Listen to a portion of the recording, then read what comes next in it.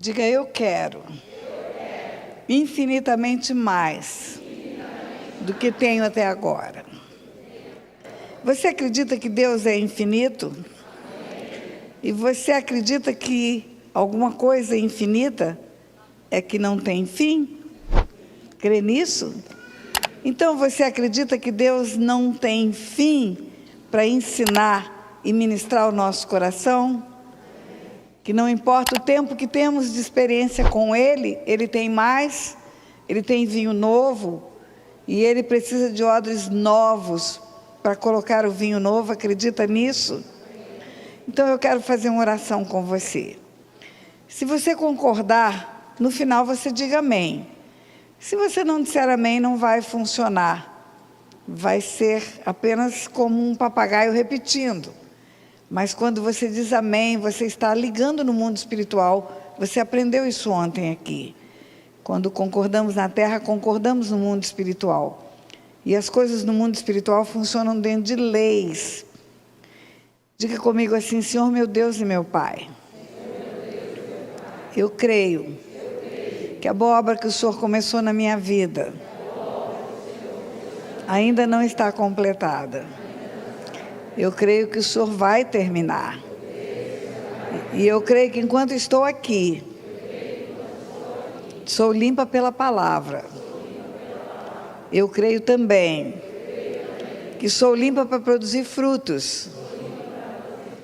Portanto, eu quero que nesta noite, pela Tua palavra, o Senhor ministre ao meu coração algo novo. Diga, estou pronta para receber o vinho novo do Senhor. E renuncio a todo paradigma, conceito e preconceito que possa impedir esse vinho novo de chegar. Em nome de Jesus. Amém. Amém. Glória a Deus. Lucas capítulo 8 diz assim: aconteceu depois disso que andava Jesus de cidade em cidade, de aldeia em aldeia, pregando e anunciando o evangelho do reino de Deus. E os 12 iam com ele. E também algumas mulheres que haviam sido curadas de espíritos malignos e de enfermidades. Maria, chamada Madalena, da qual saíram 7 demônios, Joana, mulher de Cusa, procurador de Herodes, Susana e muitas outras, as quais lhe prestavam assistência com os seus bens. Aqui está falando de números, aqui está falando de quantidade. Vou repetir. Jesus de aldeia a aldeia, de cidade em cidade, e os 12 iam com ele. 12. Ele tinha muitos seguidores, muitos discípulos, mas ele tinha 12 apóstolos, 12 que ele escolheu. Subiu ao monte, orou, desceu e escolheu 12. Então, de aldeia em aldeia, de cidade em cidade, havia sempre uma multidão, e esses 12 estavam com Jesus o tempo todo. E também algumas mulheres. Algumas é um número indefinido. Algumas mulheres que foram curadas de espíritos malignos e de enfermidades. Não sei quantas, mas aqui cita o nome de uma Maria Madalena, de Joana, mulher de Cusa, procurador de Herodes, de Susana. Dessas algumas, cita o nome de 3. Maria Madalena, da qual saíram 7 demônios, não sei muito sobre ela, começa aqui a história dela. Susana, mulher de Cusa, procurador de Herodes, mulher da alta sociedade, mulher importante. Imagina, procurador de Herodes, Herodes, o tetrarca da Galileia, como se fosse o procurador-geral do Estado. A esposa do procurador-geral do Estado de São Paulo, por exemplo, estava na caravana de Jesus, junto com uma ex-endemoniada, da qual saíram 7 demônios. E Susana, uma mulher comum, não fala que Susana era uma mulher importante, também não fala que era uma ex-endemoniada, mas uma mulher que estava na caravana porque certamente fora curada. Algumas cita 3. Mas o texto diz assim: e muitas outras que lhes prestavam assistência com os seus bens. Muitas é muitas. A Bíblia não tem letra inútil e nem palavra desnecessária. Se está escrito 12, são 12, algumas são algumas e muitas são muitas. Aqui tem muitas mulheres. Não tem só 12 nem algumas. O texto diz muitas é porque era uma quantidade bem grande. Então eu quero que você repita comigo algo aqui para ficar bem firme na sua mente. Diga: na caravana de Jesus, haviam 12 homens e muitas mulheres. Você vai falar de bocão isso. Não vai falar de boquinha, não. Diga: na caravana de Jesus, haviam 12 homens e muitas mulheres. Olha uma para outra e fala de novo. Vamos lá. Na caravana de Jesus. Vocês também podem falar. Diga: na caravana de Jesus, haviam 12 homens e muitas mulheres. Isso aí.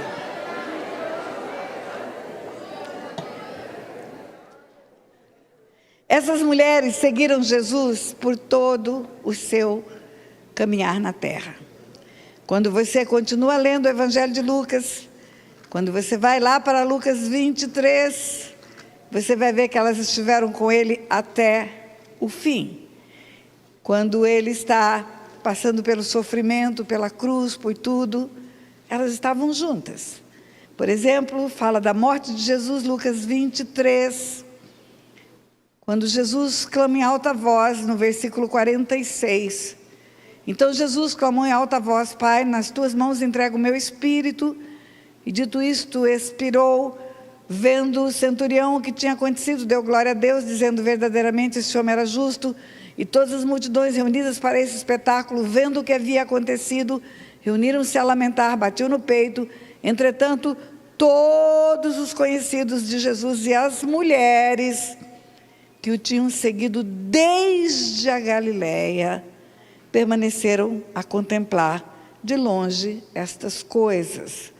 Quando você vai para o versículo 55, 53, tirando do madeiro, envolveu num lençol de linho, depositou no túmulo aberto na rocha, onde ninguém havia sido sepultado. Era o dia da preparação e começava o sábado. As mulheres que tinham vindo da Galileia com Jesus, elas acompanharam ele até o final. E eu quero falar de uma dessas mulheres para você nessa noite. Não é de Susana, uma mulher comum, não é de Joana, a esposa do procurador de Herodes, mas é de Maria Madalena que eu quero falar com você. A mulher da qual saíram 7 demônios. Dá para você imaginar o que é a vida de uma mulher com 7 demônios? Eu trabalho com libertação há mais de quase 40 anos. Mais de 30 anos, há quase 40 anos, cuidando de pessoas, tratando-as espiritualmente, tratando coisas que lhes acontecem por ação do mundo espiritual, por portas abertas no mundo espiritual. Porque o mundo espiritual, ele é linkado com o mundo natural através de portas. Quando você vê lá no livro de Gênesis, o Senhor falando para Caim: o pecado jaz à porta, a ti te cumpre dominá-lo. Quando você vê no livro de Apocalipse, Jesus dizendo: eu estou à porta e bato. Se você abrir, eu vou entrar e cear. Quando você vê no Salmo 24, levantai, ó portas, as vossas cabeças, levantai, ó portais eternos, para que entre o Rei da Glória. O mundo espiritual conecta com o mundo natural através de portas. O homem é quem tem a chave. O homem é quem abre portas para a luz ou para as trevas. Por isso que Jesus está às portas e bate. O homem pode abrir para ele ou pode abrir para Satanás. O mundo espiritual influencia o mundo natural por escolha do homem, decisão do homem. O pecado jaz à porta, a ti te cumpre dominá-lo. O pecado abre portas para as trevas. Imagine uma bola daquelas que você enfeita festa de aniversário de criança. Imagine uma bola vermelha e imagine você dentro daquela bola, você é um bonequinho lá de silicone dentro daquela bola. E tem muitos bonequinhos juntos com você dentro da bola que são transparentes. Seriam os anjos. Os anjos estão ao redor. Mas os demônios estão ao derredor. Estariam do lado de fora da bola. Rugindo como um leão, buscando a quem possa tragar. Eles estão doidos para entrar na bola. Para fazer o que lhes é peculiar. Matar, roubar e destruir. Mas eles não podem entrar na bola. Eles não podem abrir o caminho para entrar na bola. Só um pode abrir. É o próprio homem. Só o homem pode abrir janelas espirituais ou portas espirituais que ligam o mundo natural ao mundo espiritual. O mundo natural foi dado ao homem por Deus. Salmos 115, versículo 16 diz: os céus são os céus do Senhor, mas a terra deu a ele aos filhos dos homens. Deu a ele aos filhos dos homens. O Pai deu a terra para os homens. Mas algumas pessoas dizem: pastora, tem uma contradição aí. Porque está escrito no Salmo 24 que a terra, a sua plenitude, todos os que nela habitam são do Senhor. Então não é do homem, é de Deus a terra. Eu falo que Deus me fez juíza para entender o mundo espiritual. Porque o mundo espiritual é legal. Ele não é místico, como muita gente pensa. Ele funciona dentro de leis espirituais. Quando Deus fez o homem, a sua imagem, a sua semelhança, colocou o homem lá no Éden, para guardar o jardim. Por que você guarda o seu carro, sua joia, seu dinheiro? Porque tem ladrão. O ladrão já tinha sido expulso do céu, o ladrão era um anjo. Satanás era um anjo de luz. Satanás rebelou-se contra Deus quando era um anjo de luz. Então, o pecado não começou no Éden. O pecado começou no céu. Houve uma rebelião no céu. Por isso que está escrito na palavra, em Colossenses capítulo 1, quando fala da excelência da pessoa e do ministério de Jesus, fala nos versículos 19 e 20 que aprove ao Pai colocar o Filho na cruz, para pelo seu sangue reconciliar consigo mesmo o Pai todas as coisas, tanto as que estão na terra quanto as que estão no céu. Aprove ao Pai colocar o Filho na cruz para reconciliar consigo mesmo todas as coisas pelo sangue de Jesus. Todas as coisas foram reconciliadas, tanto as que estão na terra, quanto as que estão no céu. Terra e céu, terra e céu, terra e céu. Então, foram reconciliados pelo sangue da cruz, não apenas os homens. E por que precisou reconciliar os céus? Você só precisa reconciliar o que está partido, o que está quebrado. Porque no céu houve uma guerra. Houve uma peleja no céu. Miguel e os seus anjos pelejaram e expulsaram o anjo rebelde. A Bíblia fala em Apocalipse 12, foi expulso o antigo dragão, a serpente, o diabo, que se chama Satanás. Foi expulso para a terra, ai da terra e do mar. Pois foi lançado com grande cólera, sabendo que pouco tempo lhe resta. Então um anjo foi expulso do céu, tornou-se Satanás. O anjo que foi expulso do céu foi revestido de poder. A natureza é de anjo e anjo tem poder. Os anjos são valorosos em poder. Perdeu o poder? Não. Converteu para o mal. É como um soldado treinado para ser do BOPE aqui em São Paulo. Aprende tudo para ser do bem, mas vira para o mal. se torna o rei do tráfico. Não perde as suas habilidades, não perde a sua capacidade de guerrear, só que vai fazer aquilo que é errado. O império das trevas foi instalado assim. Um anjo que foi formado pelo louvor da glória de Deus, tornou-se Satanás. Então, um demônio é um anjo fora da posição. É um anjo que converteu-se para o mal. E ele vem para a terra e quer destruir o homem. O tempo todo trabalha para destruir o homem. Não porque o homem seja importante para ele, mas porque ele quer ferir o coração de Deus. Ele viu Deus fazer o homem à sua imagem, à sua semelhança. Aí vamos para Gênesis 1, 26. Quando Deus forma o homem à sua imagem, à sua semelhança, dá para o homem o domínio da terra. Está escrito: façamos o homem à nossa imagem, conforme a nossa semelhança, e tenha ele domínio sobre tudo. Sobre os animais que voam, que rastejam, que nadam, sobre toda a terra. Domínio, domínio. Eu disse a você que Deus me fez juíza para entender o mundo espiritual. O instituto jurídico de propriedade é diferente do instituto jurídico de domínio. O proprietário tem a escritura, tem o registro de imóveis, pode derrubar o imóvel, pode vender o imóvel, pode construir outro imóvel. Por isso que Deus vai fazer novo céu e nova terra, porque a terra é propriedade dele. Mas o domínio é do homem. Ele deu a terra para o homem dominar. E dominar é governo, é administrar. Imagine, um homem tem uma casa, escritura é no nome dele, o registro de imóveis é no nome dele, e ele aluga essa casa para alguém, e quem, por contrato de locação, agora mora na casa, tem o domínio da casa. E esse proprietário não pode entrar porta dentro a hora que ele quiser. O inquilino é que vai abrir a porta para ele entrar. Porque enquanto o inquilino tem a legitimidade de dominar e tudo dentro da lei, ele é que comanda quem entra e quem sai daquela casa. É assim o mundo espiritual.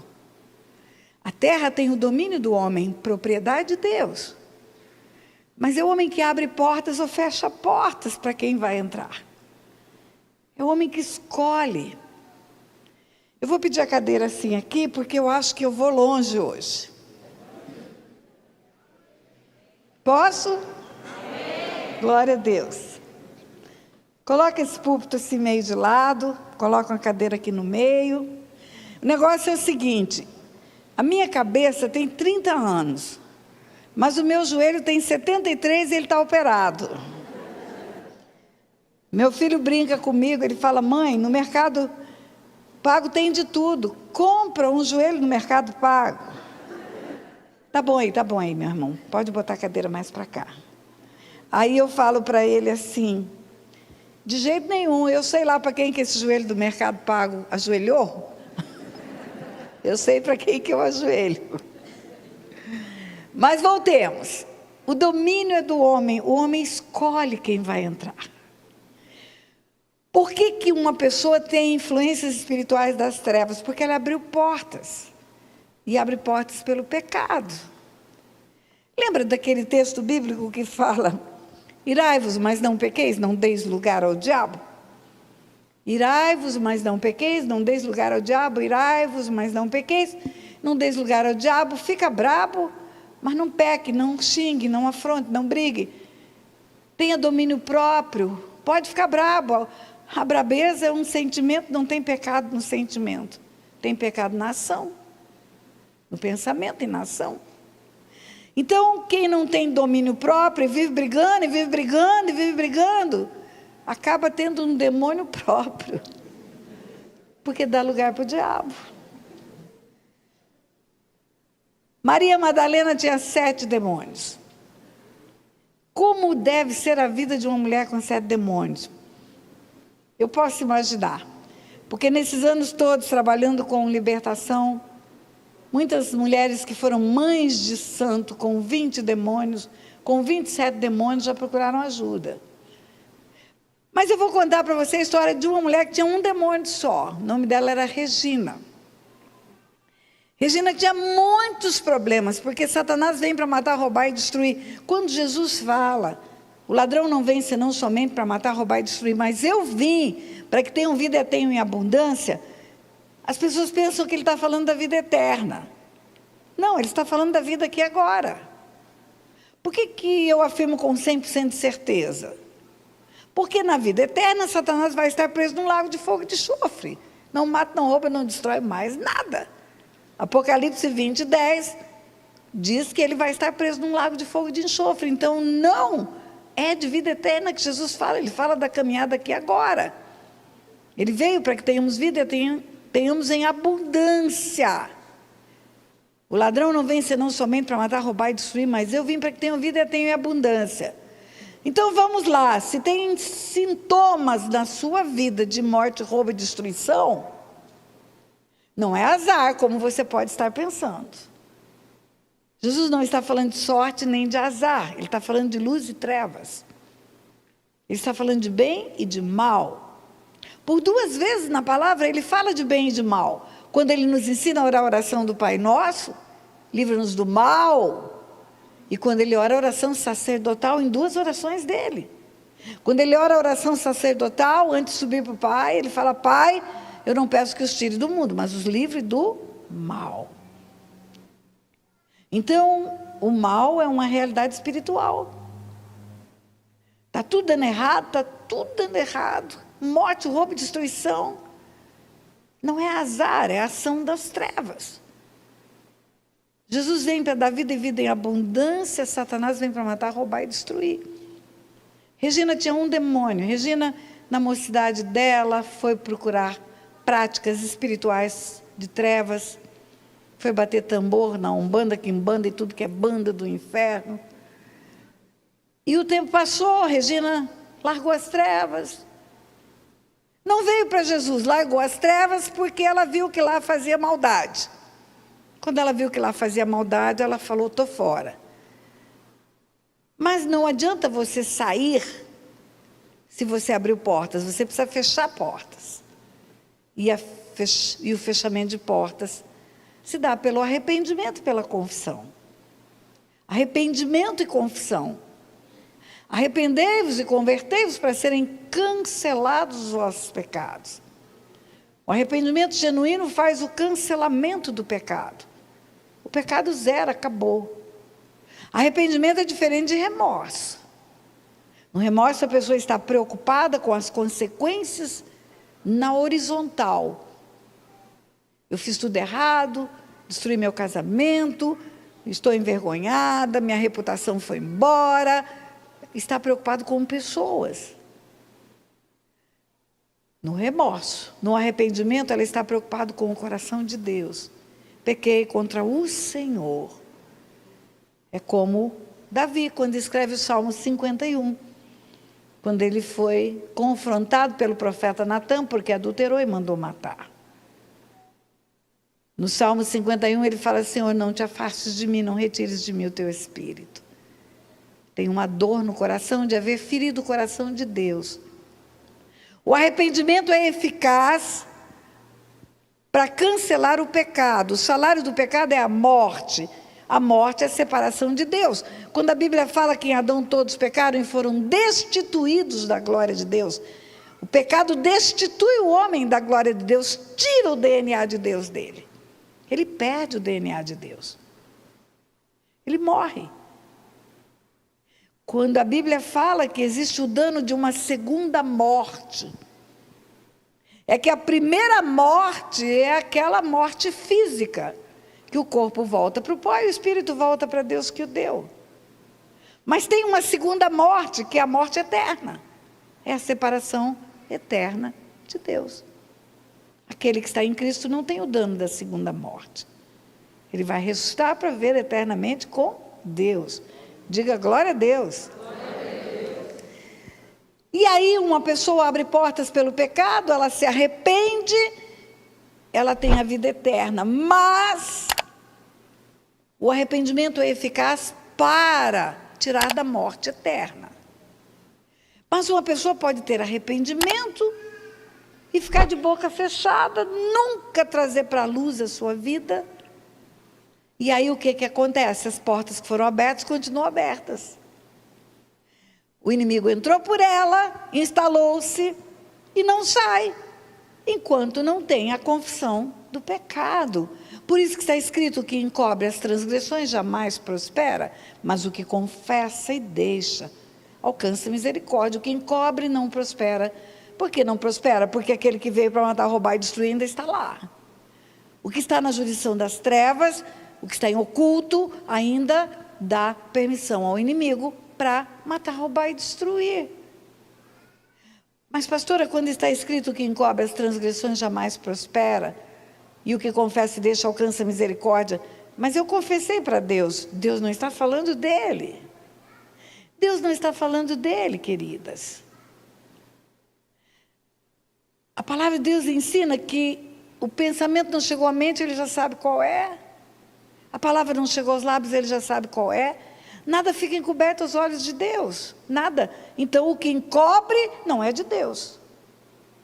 Davi fala no Salmo 139, o Senhor estava tecendo os meus ossos no ventre da minha mãe e já sabia todos os meus dias.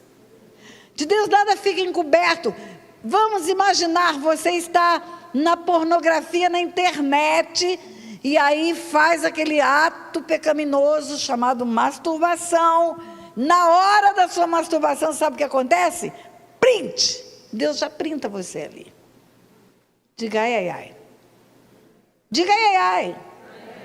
Eu estou dando uma hipótese, é claro que você não faz isso.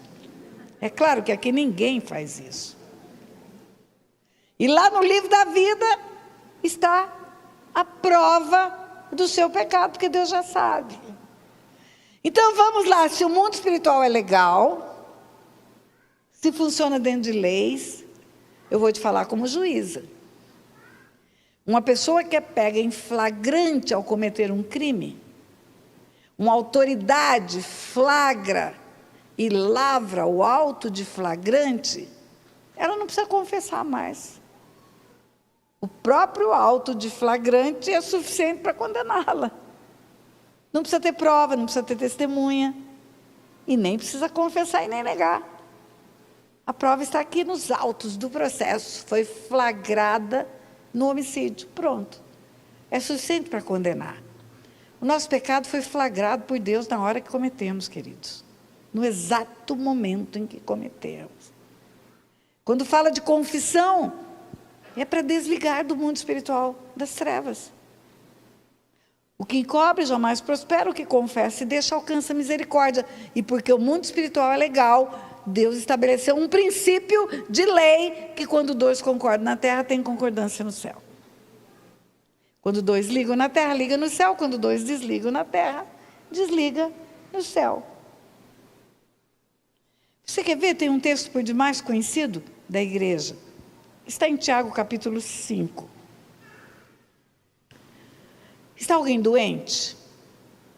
Chame os presbíteros da igreja, que vão ungir o enfermo com óleo, e vão fazer a oração da fé, e a oração da fé salvará o enfermo, e o Senhor o levantará. Está doente, chame o presbitério, liderança, autoridade no meio da igreja, vai ungir o enfermo com óleo, vai fazer uma oração de fé, e vai levantar o enfermo, maravilha, mas tem ponto e vírgula. Ponto e vírgula significa, é quase o mesmo assunto, mas é uma divergênciazinha, ou algo que vai ser acrescentado. Depois do ponto e vírgula está escrito assim: se houver cometido pecado, serão perdoados, confessai os vossos pecados uns aos outros, e orai uns pelos outros para serem sarados, pode muito em sua eficácia a súplica dos justos. Espera aí. Estava dito que era o presbitério que tinha que orar e ungir com óleo. Agora é qualquer pessoa orar uns pelos outros?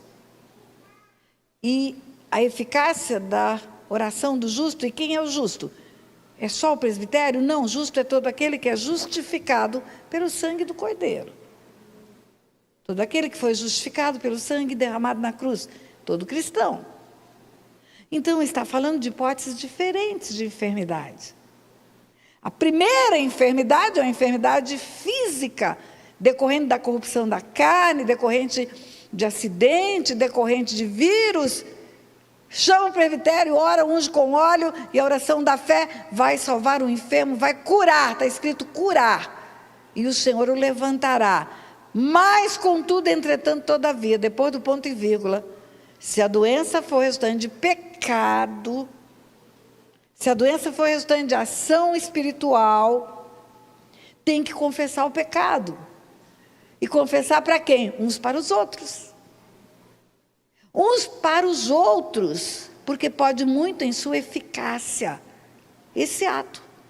Confessar uns pelos outros significa 2 ligam na terra, 2 desligam na terra, 2 desligam das trevas, 2 ligam ao reino da luz. É tirar das trevas e trazer para a luz. A palavra de Deus nos ensina em 1ª Epístola de João: se confessarmos os nossos pecados, Ele é fiel e justo para perdoar os pecados e purificar de toda injustiça. O verbo perdoar não é sinônimo do verbo purificar. E o "e" é uma partícula da língua portuguesa, que significa "e também". Então, se confessarmos os nossos pecados, Ele é fiel e justo para perdoar os pecados e também nos purificar de toda injustiça. Perdão é diferente de purificação. Purificação é limpeza. Imagine um homem que é acumulador de lixo, daqueles que você vê no Discovery. Enche a casa de podridão. Cata tudo no lixo da cidade, bota a casa dele com uma infestação de rato, de barata, de percevejo, de tudo que vem junto com o lixo. Um dia, ele se arrepende disso. Um dia ele acorda, livre da síndrome de acumulador. O que eu fiz da minha vida? Que loucura que eu fiz! Meu Deus do céu, olha o que aconteceu comigo. Nunca mais eu vou catar um lixo daqui para frente. Arrepende e converte. Arrependei-vos e convertei-vos. Arrependimento é o que está no coração. A conversão é a nova atitude, nova criatura. Nunca mais eu vou acumular lixo. Que legal. Agora eu pergunto a você, se ele não tirar tudo que ele botou lá dentro da casa dele, colocar do lado de fora, para o lixeiro levar embora, ratos, baratas e percevejos vão acabar? Não, porque o que está lá está guardado. Assim é o mundo espiritual. O que está na jurisdição das trevas está em oculto, encoberto. Quando trazemos a luz, nós podemos desligar no mundo espiritual. Regina tinha um demônio só. Porque Regina achava que era só sair de lá, não vou mais andar por lá, acabou. Mas não é assim. Não é assim, é preciso abrir a boca. É preciso falar o que fez, é preciso romper com as trevas, desligar. E como era a vida da Regina? Uma encrenca, uma encrenca. Regina e o marido tinham 17 anos de casados. Regina era estéril, doida para ser mãe. No passado, na juventude, até engravidou, fez aborto, e aborto é um capítulo à parte. Vai lá para o meu canal, assista um vídeo sobre aborto, você vai entender o que eu estou dizendo. Regina e o marido ganhavam muito bem. Regina era secretária executiva de uma metalúrgica no Rio de Janeiro, de uma fundição. E o marido era gerente geral dos Correios e Telégrafos. O salário dos dois juntos era um bolão, mas entrava por aqui e saía por aqui. É igual um saquetel furado. Eles nunca conseguiram comprar um apartamento, nem uma kitnet. Eles moravam no Rio de Janeiro, num prédio que tem perto da Central do Brasil, lá de trem, a estação de trem. Um prédio enorme, mas muito, muito pequenos apartamentos. É quase que 20 metros quadrados de moradia. E um lugar muito ruim, muito barato. Era o único lugar que eles conseguiam morar. E por que moraram lá? Porque ali ela pegava o trem e ia para a fundição, que ficava algumas estações, e ele ia a pé para os Correios e Telégrafos, porque eles não tinham carro também. Nunca conseguiram comprar um carro, nunca conseguiram pagar um apartamento. E Regina e o marido brigavam igual gato e cachorro. Violência doméstica. Os vizinhos tinham que chamar a polícia de vez em quando. E lá tinha uma central da polícia perto também. Várias ocorrências policiais por violência com ferimentos. Era uma coisa horrível a vida deles. Geraldo, o marido dela, tinha uma cólica renal que não tinha explicação. Às vezes, no meio do expediente, ele passava mal de dor e doía, e ele desmaiava de dor, não era fingimento, ele desmaiava de dor. Agora, faz exames, não tem nada. Tomografia, radiografia, tudo que é FIA, que a medicina inventou, e não encontrava motivo para doer o rim. Não tem cálculo, não tem tumor, não tem má formação, por que dói? Dói. Qual era o tratamento quando ele tinha crise? Hospital, injeção na veia, no soro. Às vezes tinha que tomar morfina para poder melhorar e ele voltar a trabalhar. A vida deles era uma coisa horrível, mas o pior era que a Regina tinha uma depressão profunda. Remédio de tarja preta. Ontem eu falei para vocês sobre depressão. Eu falei que a depressão pode ser do corpo, da alma, do espírito. Quando uma pessoa chega para pedir ajuda porque tem depressão, a primeira pergunta que eu faço: você já foi ao médico? Você já fez dosagem de hormônio? Porque tem hormônio no corpo humano que dá bem-estar, que dá sentimento de alegria. Leva o seu cérebro a produzir hormônios que te dão uma vida saudável, bom humor. Serotonina, dopamina. Quando você tem deficiência desses hormônios, você pode ser uma pessoa triste. Tem tratamento? Tem. Hormônio. Lítio. Vai melhorar. Então, a primeira pergunta que eu faço: você já foi ao médico, já mediu o hormônio? Porque você tem hormônio na tireoide, você tem hormônio no ovário, você pode ter hormônio com deficiência no seu cérebro também, por que não? É um corpo que tem algumas deficiências e que podem ser tratadas. Aí a pessoa fala: fui. E você está tomando remédio? Primeiro, fez dosagem de hormônio? Não sei, pastora, pediu alguns exames. Mas receitou algum remédio para você? Receitou. Quanto tempo você está tomando remédio? 8 anos. E não acabou a depressão? Então não é do corpo. É a mesma coisa que você falar para mim: eu estou com gripe há 8 anos, tomando remédio para gripe e não passou a gripe.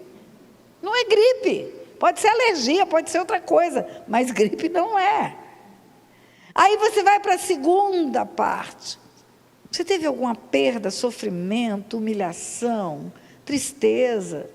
Perdeu um filho, perdeu um casamento, foi envergonhado. Elias foi envergonhado, eu falei ontem. Ana, humilhada. Tem depressão na Bíblia? Tem depressão na Bíblia. Crente pode ter depressão? Sim. Crente pode ter depressão? Sim. Crente tem alma, a alma pode sofrer depressão. Aí você pergunta para a pessoa: teve alguma coisa grave na sua vida? Perdeu um filho, enterrou um marido, perdeu um casamento, perdeu um negócio, passou por problemas sérios. A pessoa olha para você e fala: que eu me lembre, não. Então não é da alma.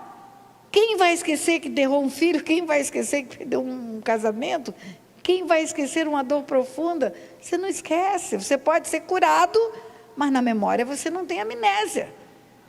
Então não é da alma. Aí vem a terceira oportunidade, a possibilidade. É espiritual. E o que causa depressão espiritual? Espíritos de morte. E como que os espíritos de morte entram? Pelas portas abertas, pelo pecado de derramamento de sangue. Abortos. Derramamento de homicídio, de sangue por homicídio, por violência doméstica. Eu vou só te dar uma palhinha sobre o aborto, não vou falar sobre aborto, que seria 2 horas de conversa. Mas o aborto não é uma eliminação de uma bola de carne. Rebeca estava grávida de gêmeos. Ela chega para o Senhor e fala: tem uma confusão aqui na minha barriga, 2 crianças, gravidez gemelar, aperta tudo lá dentro. Deus não fala para Rebeca tem 2 meninos, Deus não fala para Rebeca tem Esaú e Jacó, Deus fala tem 2 nações dentro do seu ventre. Se Rebeca aborta Jacó, Rebeca aborta toda a nação de Israel. Derramamento de sangue por aborto é derramamento de sangue de gerações.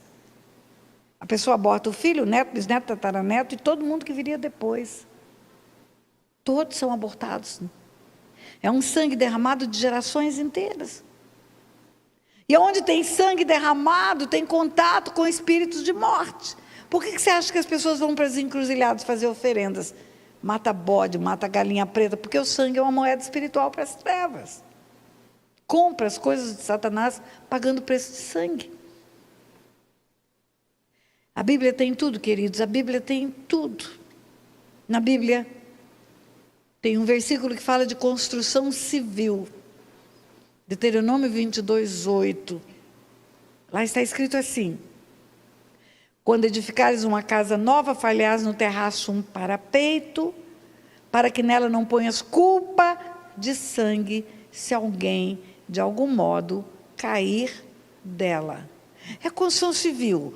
Quando você fizer uma casa nova, você vai fazer um parapeito, para que não caia uma criança desse terraço, e essa casa não fique com culpa de sangue. É o que está escrito.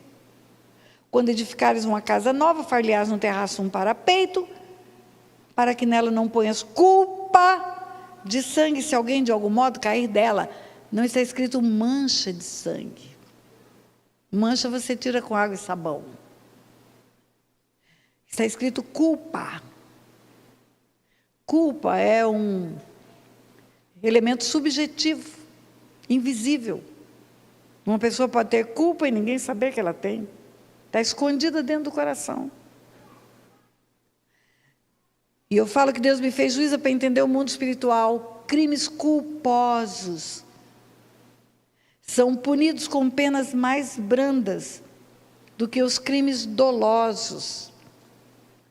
Por quê?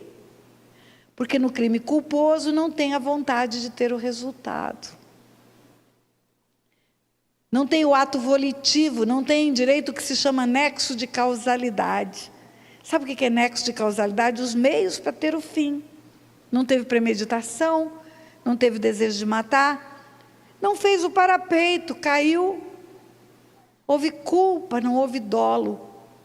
Não é o mesmo caso de comprar a arma, preparar o lugar, fazer a tocaia. Culpa é um elemento subjetivo, dolo é um elemento subjetivo, invisível. A culpa decorre de negligência, imprudência ou imperícia. Eu estou falando de direito para você. Não faz nenhuma vontade no coração do homem de ter resultado. O versículo está falando de construção civil. Quando edificares uma casa nova, far-lhe-ás no terraço um parapeito, para que nelas não ponha culpa de sangue. Se uma casa, prédio, cimento, tijolo, concreto, fica marcado pelo sangue derramado, por negligência, por imprudência, por imperícia. Foi negligente ao construir o prédio, foi imprudente ao deixar uma criança solta lá para cair e morrer. O que você acha que acontece no ventre de uma mulher quando ela deliberadamente escolhe matar uma criança? Se o sangue marca uma casa de construção civil, você acha que não marca um corpo? A palavra casa na Bíblia, ora, significa família, crer no Senhor Jesus será salvo tu e a tua casa. Ora significa prédio e ora significa corpo. Sois casa de Deus, sois templo do Espírito Santo. E Deus me ensinou sobre aborto através desse versículo. O corpo fica marcado pelo sangue. Se Deus fala para Caim: onde está Abel, teu irmão? Eu acaso sou tutor do meu irmão? Resposta de Deus para Caim: o sangue do teu irmão clama da terra a mim. És agora, pois, maldito por sobre a terra, cuja boca se abriu para receber das tuas mãos o sangue do teu irmão. O sangue do teu irmão clama da terra a mim. O sangue do teu irmão clama da terra a mim. É o primeiro homicídio. Imagine chegando para Regina, que fez aborto. Regina, onde está o bebê que eu mandei para você? Eu vou dar conta disso agora? O sangue do teu filho clama de dentro de você para mim. E agora você é maldita por sobre a terra. Porque o sangue do teu bebê está clamando dentro de você. E maldição é um ato de Deus, não é do diabo, como muita gente pensa. É Deus que fala, és maldito por sobre a terra. É Deus que fala no final do Velho Testamento que se não houver conversão dos pais aos filhos, dos filhos aos pais, ele virá e ferirá a terra com maldição. Maldição é um ato de Deus, pela porta que foi aberta pelo pecado. É a permissão para que o demônio entre. O livro de Jó é o livro mais antigo da Bíblia, em cronologia, em tempo. O livro de Jó é um modelo que Deus nos deu para mostrar que o demônio toca no corpo, na família, nos negócios, nos bens, e etc, etc, etc e tal, com a permissão de Deus, sempre. No caso de Jó não era pecado, mas é um livro didático. Deus mostra o mundo espiritual, mostra a realidade do mundo espiritual. Regina tinha derramado sangue dentro dela. E Regina tinha pensamentos suicidas. Depressão do corpo não dá pensamento suicida. Depressão da alma não dá pensamento suicida. Pode até deitar embaixo do zimbro, igual a Elias, e falar, Deus me leva que eu não aguento mais. Cheguei no meu limite, Deus, eu quero acabar, me leva, é melhor ir para o Senhor. Mas a depressão por espíritos de morte leva ao suicídio. Regina tinha uma depressão e pensamentos de morte, além de tudo que eu te falei que tinha. O meu genro era um dos diretores da empresa onde ela trabalhava. Um dia ele falou para mim, minha sogra, a hora que você passar no Rio de Janeiro, vai lá, conversa com a Regina, prega Jesus para ela. Eu já tentei várias vezes, ela não se convence. E ela precisa muito, muito, muito, muito de Jesus. E eu fui ao Rio, conversei com a Regina. Regina achava que não precisava, não precisava, não precisava. Ela achava que só deixar o império das trevas era suficiente, mas não é. A Bíblia fala que se você deixa e não coloca Jesus, a casa fica desocupada e os demônios voltam. Ela deixa o candomblé, mas os demônios não deixam ela. Até que um dia a Regina sobe num prédio de 18 andares no Rio de Janeiro, ia se jogando do janelão que tinha em frente ao elevador. Quando abriu a porta do elevador, a pessoa que estava no elevador viu aquela mulher debruçada na janela do 18º andar para se jogar. E pegou a Regina pelas pernas já, puxou para dentro e a Regina acordou. Na verdade, ela não estava dormindo, ela estava endemoniada. E aí ela procurou ajuda. Aí ela procurou ajuda, ela foi lá em Resende, onde nós moramos.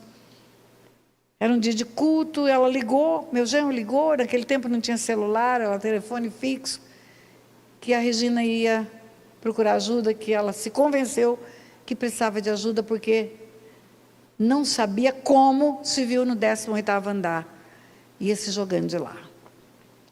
E quando a Regina chegou, o culto já tinha começado, eu vi quando ela entrou, sentou lá atrás, junto com o marido. Quando terminei de pregar, eu chamei para virem à frente pessoas que tinham necessidade de libertação, que tinham perturbações espirituais, que tinham enfermidades espirituais. E a Regina veio. E a Regina veio, e quando começamos a orar, o demônio se manifesta na Regina, aquele mesmo que sempre andou junto com ela. Eu vou matar, vai não, você vai sair. Se você tivesse poder para matá-la, você teria impedido dela chegar aqui, você não conseguiu impedir, ela está aqui, e você vai sair, e a igreja ordena, em nome de Jesus, que saia, e saiu. E quando saiu, eu falei, Regina, presta atenção. Eu aqui no púlpito e a Regina aqui embaixo. Eu falei, Regina, presta atenção. Você não teve um desmaio.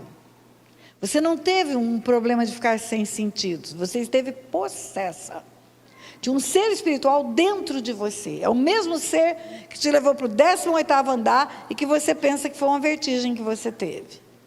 E esse ser veio para matar, roubar e destruir portas que você abriu para ele. E ele saiu agora, porque a igreja tem autoridade para ordenar que saia. Mas ele está lá fora te esperando. Se você sair daqui sem Jesus, ele vai te pegar de novo. E ele vai te matar. Você quer Jesus ou não quer? Por livre e espontânea pressão, ela entregou a vida para Jesus naquele dia.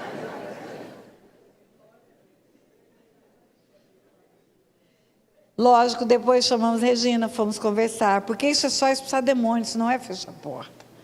Fechar a porta e ir desligando tudo no mundo espiritual.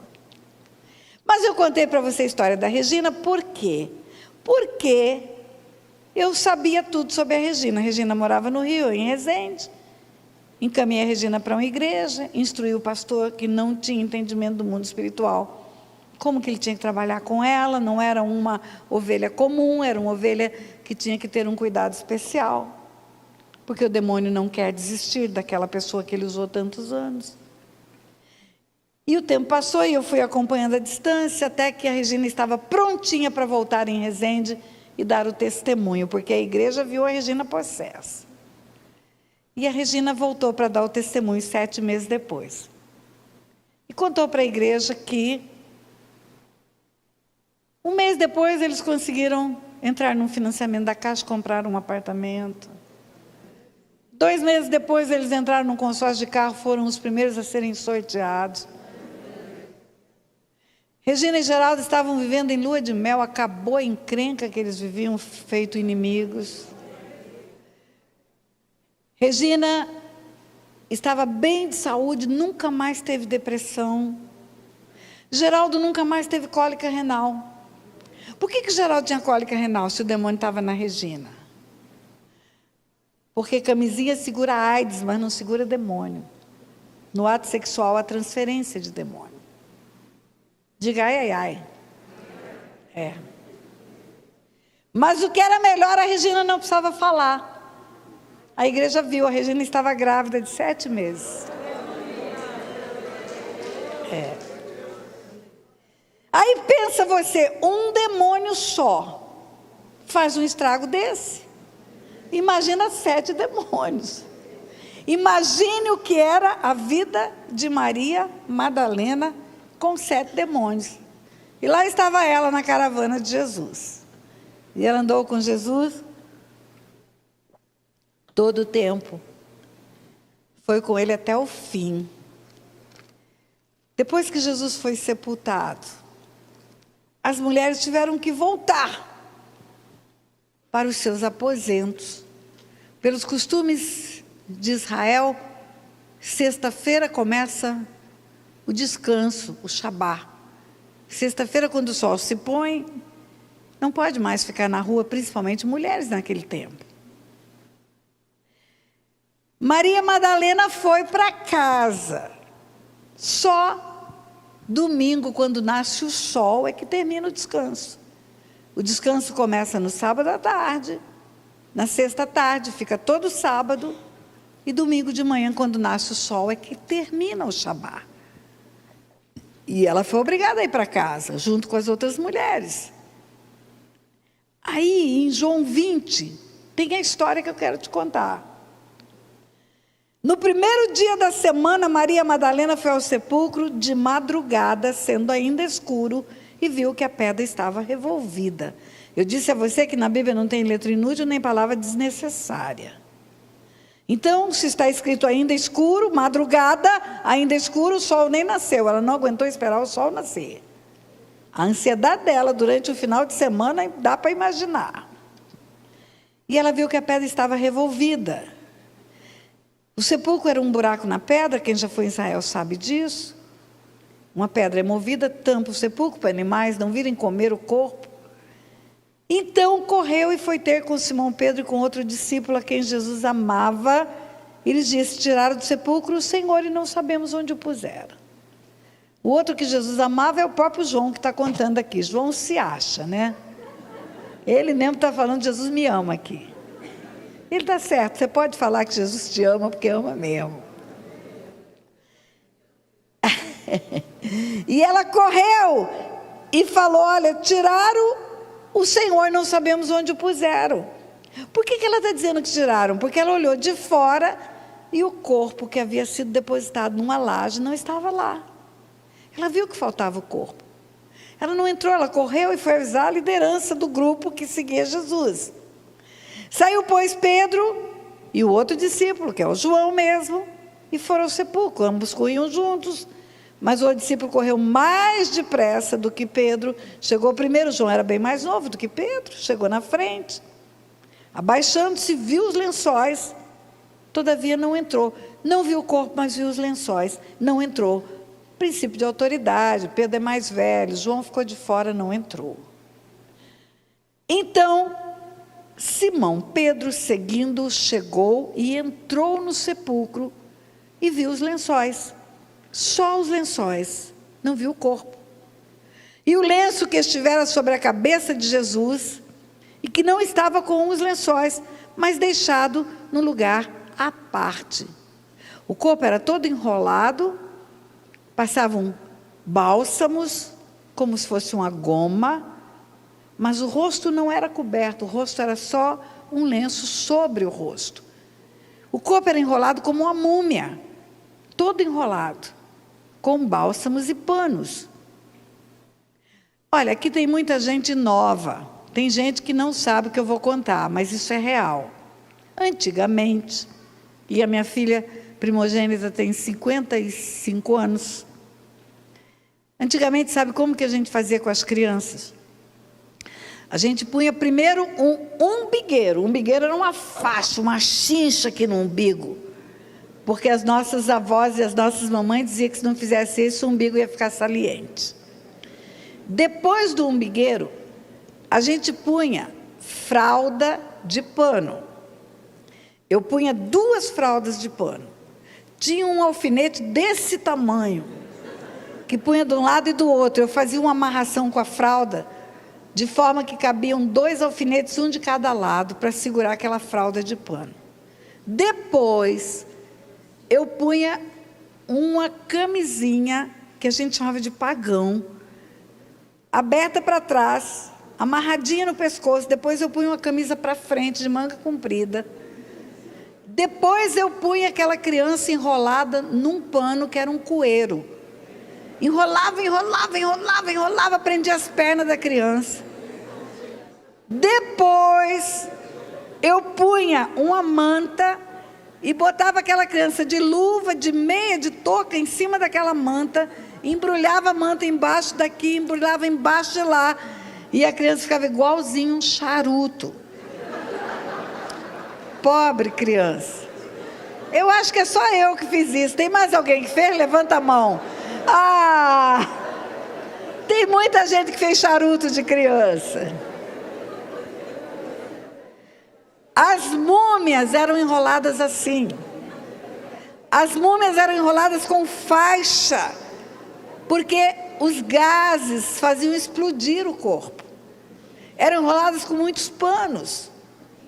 Então, quando Pedro entrou, ele viu os panos, e ele não viu o corpo.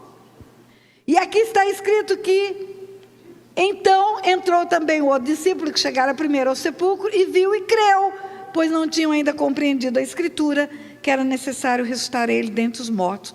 E voltaram os discípulos outra vez para casa. Por que eles creram quando eles viram os panos?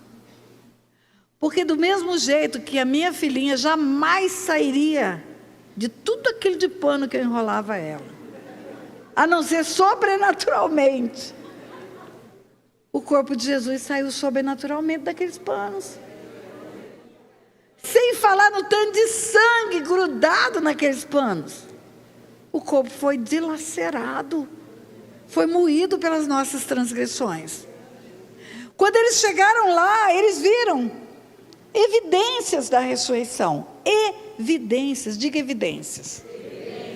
Evidência não é prova. Volto para falar para você como juíza. Evidências são sinais muito claros, muito fortes, muito indicativos, mas não são provas. Vou te dar um exemplo.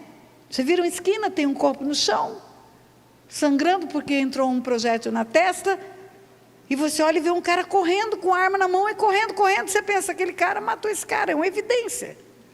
Mas pode não ser. Aquele podia ser um amigo que estava junto com esse.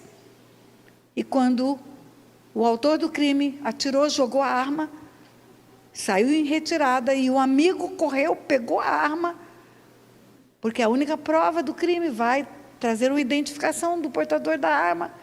E foi correndo para ver se ainda consegue identificar onde o rapaz se enfiou.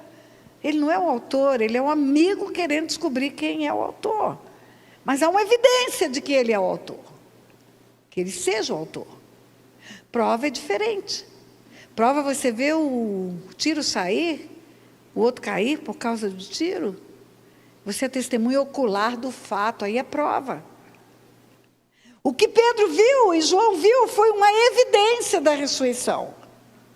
Só pode ter ressurgido dentre os mortos, porque como que ele ia sair sozinho desse mundo de pano que está aqui?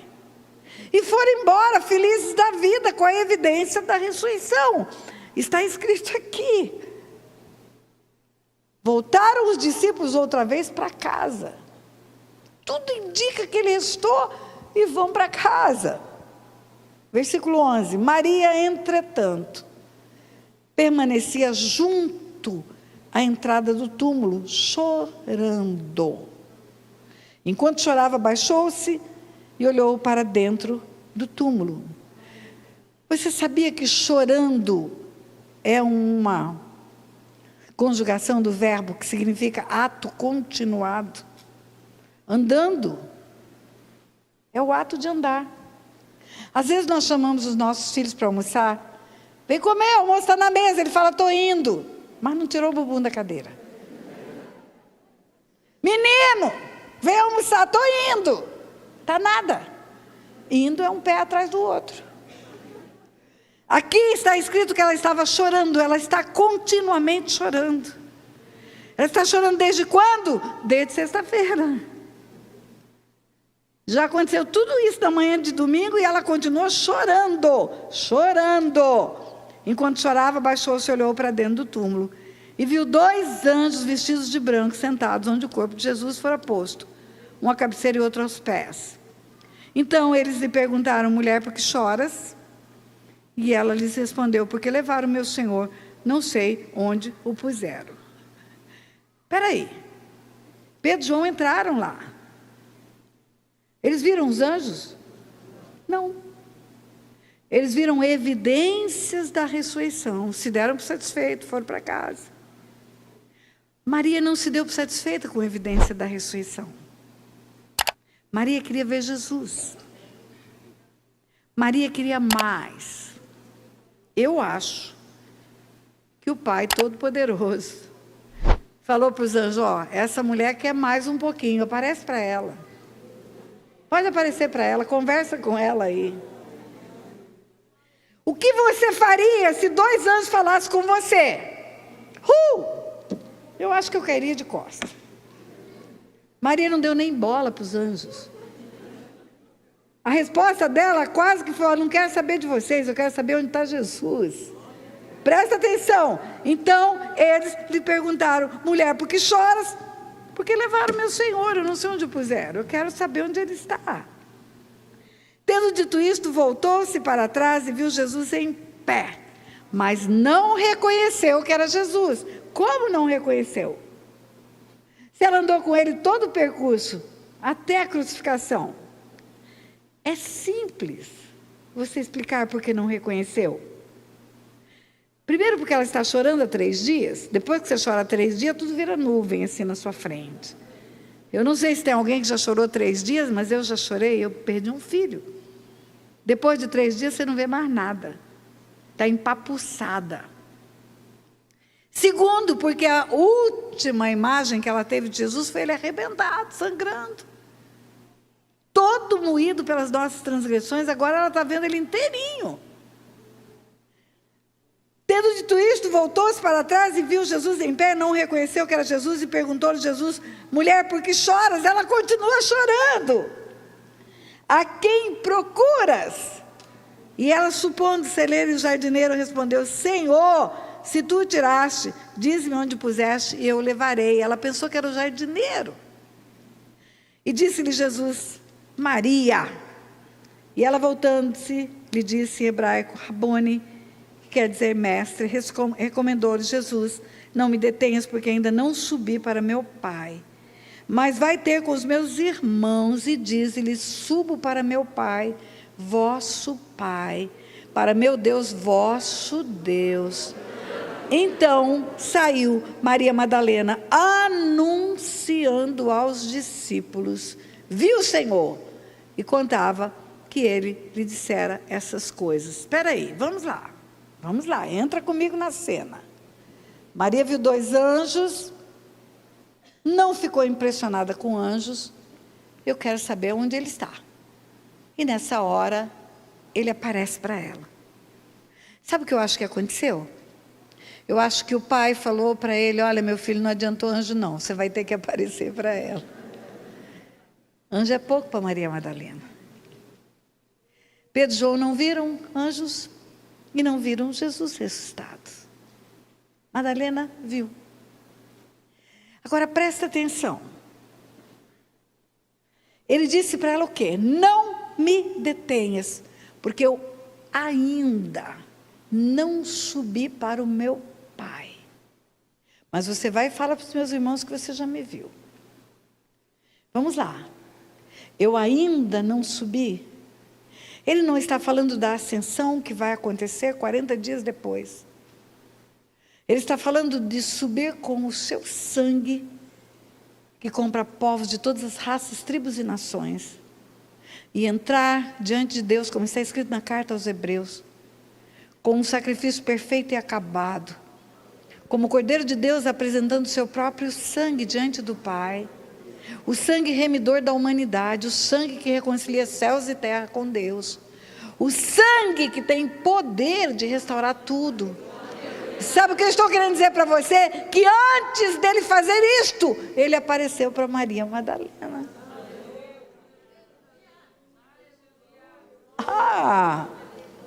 O pai falou: vai, pode aparecer para ela. Jesus fala para ela: não me detenhas, eu ainda não subi para o meu Pai, vosso Pai. Mas vai e fala para os meus irmãos. Agora é diferente a linguagem. Quando ele começa, ele diz: vocês sois servos. Ele ensina como é servir, lava os pés dos discípulos. No meio do caminho, ele fala: vós sois amigos, não sois mais servos. Agora, na ressurreição dos mortos, ele é o irmão mais velho. Vai e fala para os meus irmãos. Ele agora é o primogênito no meio de muitos irmãos. Ele que era o unigênito do Pai, depois da cruz, ele é o primogênito. Ele é o irmão mais velho e ela é a primeira a escutar isso.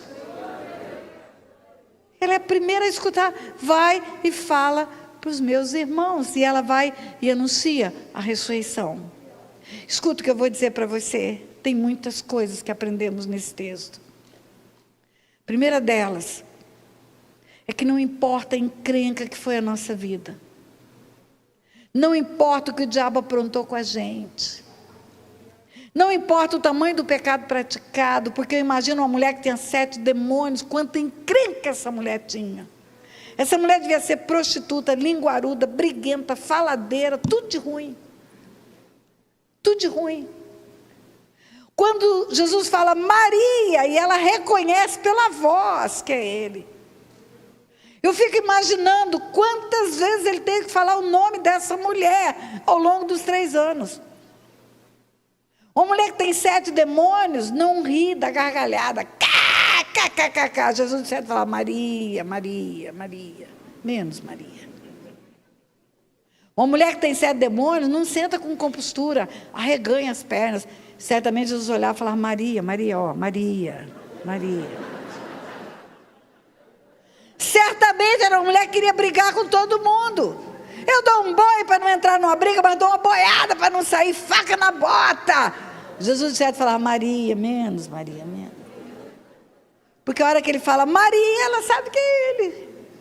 Eu acho que foi o nome que ele mais falou de toda a caravana. O que mais me ensina esse texto, queridas e queridos, é que não importa a encrenca que fomos, não importa o que fizemos de errado, não importa o quanto o diabo tripudiou, pisoteou, tentou destruir a nossa vida, o dia que encontramos Jesus.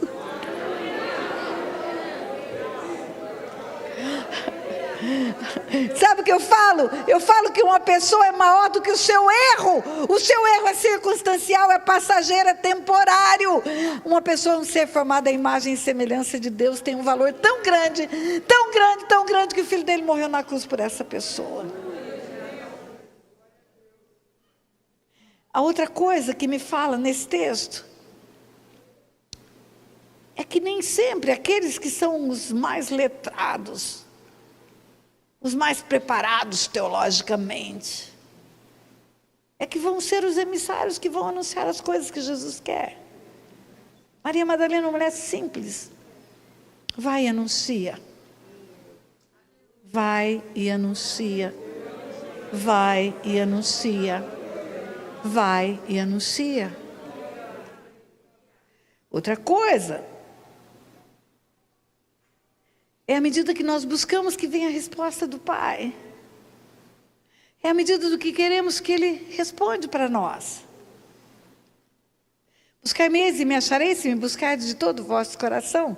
Serei achado de vós e farei mudar a vossa sorte. Algumas pessoas se satisfazem com evidências da ressurreição. Está escrito, Ele morreu na cruz, ressuscitou, subiu aos céus. Todo mundo prega isso há 2000 anos, isso aconteceu, claro que aconteceu, senão já teriam desmentido isso. E está tudo bem para mim, se Ele ressuscitou, Ele vai voltar e vai levar a igreja, o povo dele. Mas tem gente que quer mais. Tem gente que quer mais e Deus vai mostrar o mundo espiritual. Anjos são mostras do mundo espiritual. Deus vai ensinar coisas do mundo espiritual, vai mostrar, vai ensinar coisas espirituais. Mas tem gente que quer mais, quer ouvir Deus falar direto com ela. Quer ouvir a voz do Filho, quer ouvir a voz do Pai. Ainda tenho alguns minutos, eu vou te contar uma história rápida. Quando eu era criança, eu andava pelo lixo, catando metais para vender no ferro velho da cidade. O lixo de Aquidauana tinha tesouros, colher velha, tampa de bule, ferro de passar roupa que não usava mais, porque agora criaram o ferro elétrico, torneira, tudo virava dinheiro no ferro velho da cidade. Mas no lixo de Aquidauana tinha doenças, hepatite, verminose, micoses. Eu era uma criança sem luva, sem bota, sem nada. Quando eu cheguei na adolescência, pré-adolescência, eu tinha uma dor de cabeça insuportável. Minha cabeça doía noite e dia. A cidade que eu morava era muito pequenininha, não tinha recursos. E a primeira suspeita era câncer no cérebro. Aí me levaram para o Rio de Janeiro, onde tinha recursos. E quando eu cheguei no Rio de Janeiro, que foi fazer os exames todos, não tinha câncer nenhum, eu tinha 18 qualidades de vermes. O médico, quando olhou, falou: moça, isso aqui eu só vi em livro de medicina. Mas eu fiquei lá tratando de vermes um bom tempo. E lá no Rio de Janeiro tinha televisão, um aparelhinho preto e branco, tubo de imagem, mas era uma televisão. Eu nunca tinha visto uma televisão, eu morava na roça, eu só tinha rádio. Tinha que dar uns murros no rádio de vez em quando para ele falar. Quando eu vi a televisão, eu falei: gente, eu estou ouvindo e vendo, eu quero uma televisão. Eu quero uma televisão, meu sonho de consumo passou a ser ter uma televisão. Volta para a minha cidade, curada dos vermes, curada da dor de cabeça, e sonhando com uma televisão. Não tinha sentido ter uma televisão, porque eu morava numa cidade tão ruim, tão ruim, tão ruim. Não tinha luz, não tinha água encanada. Como que televisão vai funcionar sem luz? Não tem torre repetidora de sinais também. Mas eu queria uma televisão. Aí eu fui encontrada naquela cidade, na beira do precipício. Eu fui encontrada 4 dias depois de tentar matar o meu pai, de cortar os 2 pulsos. É uma longa história. Jesus me encontrou à beira de um abismo. E aí, como eu disse ontem, esse homem lindo, pastor Otto, me ganhou para Jesus e me ganhou para ele, que ele não é bobo. E eu brinco, eu falo, se eu sou bonitinha com 73 anos, imagina com 14. Mas eu casei com ele, e ele era funcionário do Banco do Brasil, ganhava bem, era um salário altíssimo na época. Era o melhor salário da cidade. Então agora eu posso ter uma televisão. Eu tenho um marido que ganha bem, que vai me dar uma televisão. E fomos para uma cidade próxima chamada Campo Grande, compramos uma televisão, tubo de imagem, bonitinha, igual eu vi no Rio de Janeiro, só que tem um pequeno probleminha, se não tem luz na cidade, para que televisão? Mas eu botei a televisão em cima do móvel. Igual tem aqui, uma jarra d'água, tem um enfeite, tinha uma televisão. Na minha sala tinha uma televisão. Aí ele foi transferido para outra cidade, também de Mato Grosso. Naquele tempo era um Mato Grosso só, não tinha dividido. Foi transferido de Guia Lopes da Laguna para Poxoréu. Olha que nome. Poxoréu era o dobro, porque a cidade de Guia Lopes da Laguna tinha uma rua só.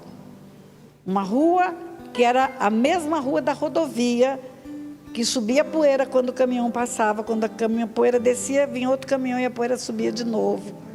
Ruas transversais, não tinha luz, não tinha asfalto, não tinha água, não tinha nada. Aí foi transferido para uma cidade que era o dobro de Guia Lopes da Laguna, tinha 2 ruas. E tinha luz. Eita! Falei, aqui a minha televisão vai funcionar. Bota a televisão na sala, coloca na tomada, só chuvisco. Mais nada além de chuvisco. Aí chegou uma mulher, fazendo boas-vindas lá. Ela falou, não, você tem uma televisão. É a única televisão da cidade. Eu falei, pois é, mas não funciona, só chuvisco. Ela falou, mas tem 2 anteninhas aí. Quem sabe se você colocar bombril na anteninha? Corri para comprar bombril. Coloquei bombril nas anteninhas. Nada, mais chuvisco só. Passou um pouco, chegou outra mulher em casa, falou, você tem uma televisão? Falei, pois é, mas não pega nada.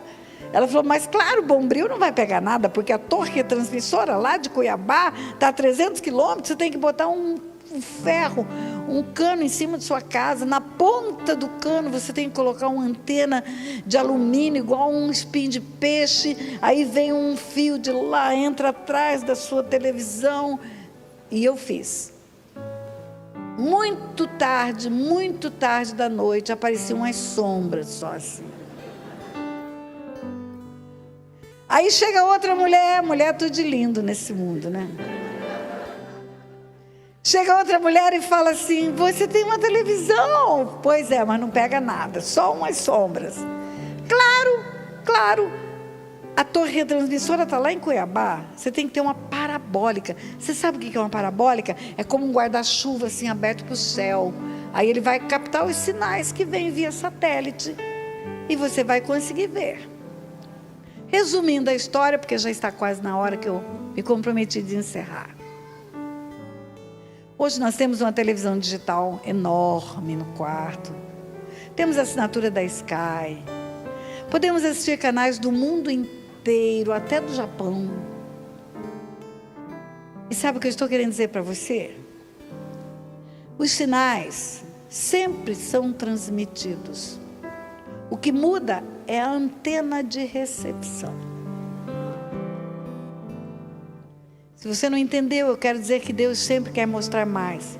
Mas você ainda está no bombril. Você tem que buscar mais do Senhor. Você tem que ir além, não se contente com o que você tem. Não se contente. Cada manhã eu acordo, cada madrugada eu coloco a Bíblia em cima da mesa, eu oro, eu falo: Pai, me mostra os tesouros escondidos da Tua palavra, me revela o mundo espiritual. Eu quero mais do Senhor. Eu sei que o Senhor não acabou o que o Senhor tem para me ensinar. Eu sei que o Senhor pode me dar muito mais, e eu quero saber tudo que o Senhor quer que eu saiba. Revela-te a mim, Senhor, revela-te a mim. Talvez você diga assim: mas não tem nada a ver com o tema do congresso. Ah, tem tudo a ver. Hoje eu descanso no Senhor, porque eu sei que Ele é muito mais do que eu posso imaginar, que Ele tem muito mais para mim do que eu posso querer, que tesouros escondidos da palavra ainda vão ser revelados a mim. Eu sei que nem olhos viram, nem ouvidos ouviram, nem jamais penetrou no coração do homem o que Ele tem preparado para aqueles que o amam. E eu amo e eu busco incessantemente. E eu quero terminar dizendo a você: não importa quem você é, não importa a sua qualificação, não precisa ser uma juíza, não precisa ser formada em seminário teológico. Você pode ser qualquer Maria Madalena desse mundo, e se você quiser mais de Deus, Ele vai se mostrar a você. Ele vai revelar-se a você. Ele vai fazer com você o que você nem imagina. Você quer isso? Você quer sair do nível apenas de repetir evidências da ressurreição? Você quer entrar no nível de ver o mundo espiritual, coisas que Deus quer mostrar para você, como eu falei algumas coisinhas hoje aqui? Se você quer, corra, vá lá para o canal. Tem tudo sobre o que Deus me ensinou, e é tudo de graça lá. Tudo sobre heranças espirituais, tudo sobre aborto, tudo sobre paternidade, está tudo lá. Corre, vai procurar informar-se. A Bíblia fala: meu povo perece por falta de corre para se informar. Agora, não se dê por satisfeita só de conhecer na alma. O nosso intelecto está na nossa alma, o nosso conhecimento está na nossa alma. Mas tudo que tem na Bíblia, tudo, absolutamente tudo, tem o Logos e tem o Rema. O Logos é a informação, é o conhecimento. Do jeito que eu estudei direito, eu posso estudar a Bíblia. Do jeito que eu estudei todos os ramos do direito, para passar no primeiro concurso para juíza federal, eu posso estudar a Bíblia.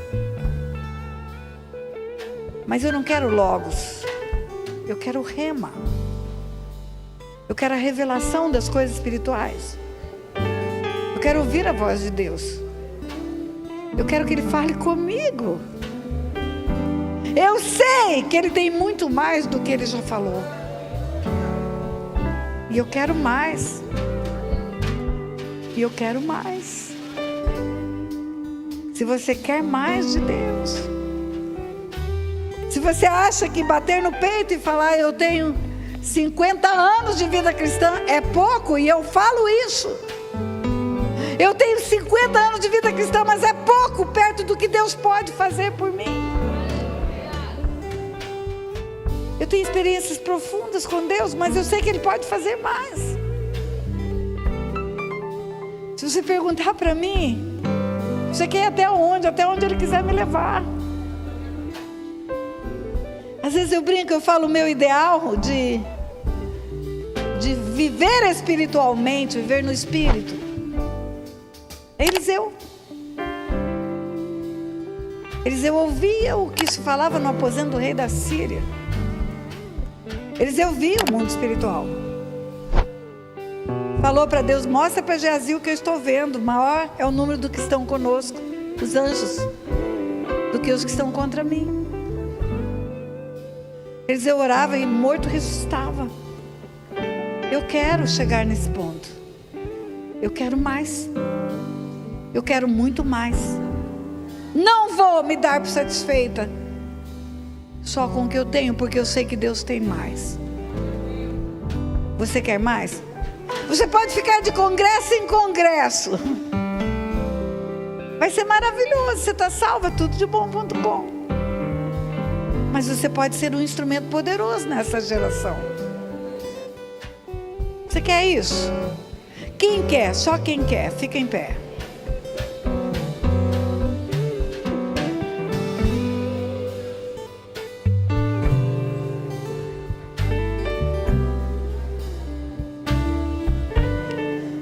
Oh, Pai. Oh, Pai. Pai, muito obrigada por essa noite, muito obrigada por esse evento, por esse encontro com essas pessoas tão preciosas. Muito obrigada, Senhor, por fazer parte da Tua igreja neste tempo, pelo povo que se chama pelo Teu nome. Pai, eu creio que o Senhor nos fez nascer nesta geração com um propósito: manifestar ao mundo uma igreja poderosa. O Senhor assegurou que as portas do inferno não prevaleceriam contra a Tua igreja. Pai, revista-nos de autoridade, ousadia, intrepidez, coragem. Nos dê revelação, nos mostre os tesouros escondidos da Tua palavra. Não queremos, Pai, ser menos do que foram aqueles que nos antecederam para o Evangelho chegar até nós. Queremos deixar a nossa marca, Senhor, nesta geração. Usa-nos para o louvor da Tua glória. Manifesta-se a nós. Não queremos viver na mediocridade. Mediocridade não é defeito, é média. Nós queremos viver acima da média, Pai. Acima da média. Não queremos parar, Senhor, de falar dos Teus feitos, do Teu reino, das Tuas maravilhas. Senhor, o Senhor escolheu uma mulher que tinha 7 demônios para anunciar para os discípulos a ressurreição. O Senhor é um Deus que surpreende. O Senhor pode usar as nossas vidas, Pai, para fazer coisas tremendas. E nós queremos. Eis-nos aqui, Pai. Eis-nos aqui. Usa-nos, Pai, para o louvor da Tua glória. Em nome de Jesus. Em nome de Jesus. Você pode dizer amém? Graça e paz. Inscreva-se nesse canal para o YouTube enviar para outras pessoas o vídeo que você acaba de ver e que edifica a sua vida e vai edificar a vida de outras pessoas também. Faça a divulgação desse vídeo nos seus grupos, para os seus amigos. Você vai estar me ajudando a impulsionar essas verdades que Deus tem me instruído para compartilhar com você. E eu vou ficar muito agradecida. Eu quero que muitas e muitas pessoas neste mundo tenham acesso a essas verdades espirituais. Por isso eu estou lhe fazendo esse pedido. Inscreva-se, dê um like, divulgue. Deus abençoe sua vida.